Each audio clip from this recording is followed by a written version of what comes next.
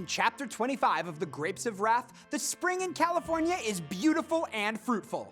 Petals drop from fruit trees. The centers of the blossoms swell and grow in color.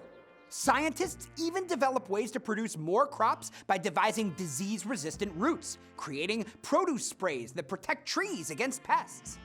They graft young trees and little vines. Men use their knowledge to produce plentiful, improved crops, including more productive wheat, sweeter apples, and more varieties of grape. The cherries ripen first, and much of the fruit is wasted. Then the prunes ripen, and many carpet the ground in acrid blankets of rot. After this, pears are harvested, and many of those rot on the ground too. Grapes are used to make low-quality wine, which has no grape flavor at all, just sulfur and tannic acid and alcohol. But small farms are choked with debt, and soon their orchards will become part of big farms. Much of this plentiful harvest is destroyed in order to keep up the price. 1 million hungry people, just like the Joads, need this fruit. Instead, oranges are dumped on the ground and sprayed with kerosene. Potatoes are dumped in rivers and are guarded to prevent hungry people from fishing them out. Pigs are slaughtered immediately, buried. Children die of malnutrition just so prices can stay up. As hungry people watch the food being wasted, their wrath is stoked within them. The narrator then invokes the symbol in the novel's title.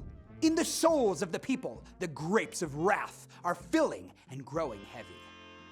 Chapter 25 phases quickly from beauty and plenty to destruction, waste, and even crimes against humanity. This process is caused by the selfishness of the big landowners who single-mindedly seek more and more profits.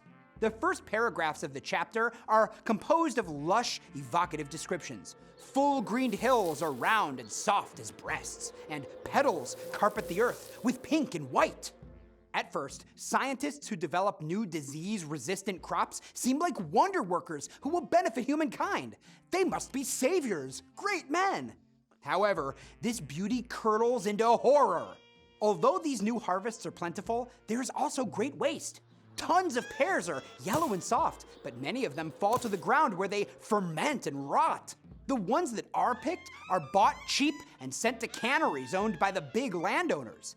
Then the author reveals that hungry people are not allowed to eat the leftover crop because doing this would lower the price of produce. Steinbeck describes the situation as a crime that goes beyond denunciation. And these great people of science, they're really pawns in the service of the landowners and banks. These scientists use their knowledge to increase profit, knowing the waste will happen.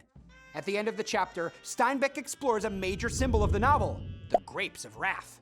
This crop consists of hatred at the injustice and cruelty of the landowners and their system. The grapes of wrath are growing heavy for the vintage.